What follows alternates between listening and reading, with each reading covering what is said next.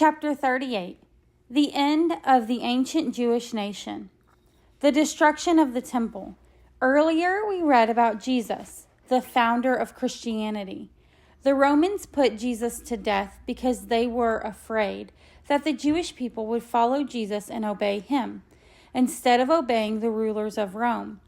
They were always worried that the countries Rome ruled would rebel against the first citizen, who was now known as Imperator or Emperor. And the Jews hated Roman rule. They wanted to be free again. The Jews had been ruled by other countries for many years. Do you remember who was the father of the Jewish people? I know. Abraham left Haran and went to Canaan. There he had a son named Isaac, and Isaac had a son named Jacob. Jacob had 12 sons, and each one of Jacob's sons had a family of their own. Now, Abraham's family was as big as a whole nation, and they were called Israelites or Jews. Jacob loved his son Joseph more than his other sons.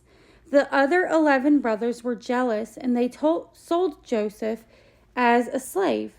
Joseph was taken to Egypt, and soon... But what if he's cut off a coat? Joseph was taken to Egypt, and soon the rest of the Israelites came down to join him, because a famine had wiped out all their crops, and there was only grain in Egypt. The Israelites lived in Egypt for a long time, but the Pharaoh made them into slaves until Moses came along and led them out of Egypt, back up to Canaan.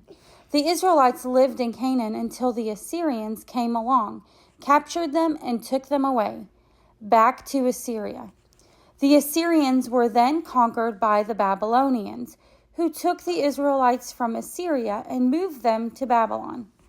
Then the good king of Persia and Babylon, Cyrus the Great, gave the Jews permission to move back to their own land, back to Canaan. The Jews had been moved around the ancient world for hundreds of years. After Cyrus allowed them to go home, they hoped that they would finally get to stay in their own country and live in peace. But now they were being ruled by Rome. The Romans were telling them what to do. The Romans were forcing them to pay high taxes. Finally, the Jews refused to obey any longer. They set fire to the house of the Roman ruler of Judea. Armed groups of Jewish men attacked Roman soldiers. Fighting between the Jews and the Romans in Jerusalem grew worse and worse. When the emperor in Rome heard what was happening, he sent more Roman soldiers with orders to destroy Jerusalem, the capital city of the Jews. Jerusalem was an important city to the Jews. Inside the city was the temple, the place where they worshiped God. But when the Roman soldiers attacked, they burned down the temple. Inside the temple were many beautiful decorations made of gold and silver.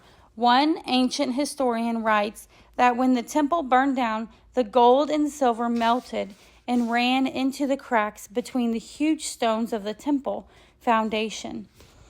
The Roman soldiers, anxious to get at this wealth, pried the stones apart with crowbars. This completely destroyed the temple and all the way down to its foundation. And then the Romans drove the Jewish people away from Jerusalem. Now the Jews had no temple to worship God in, no capital city, and no country of their own. They were scattered throughout all the countries of the ancient world.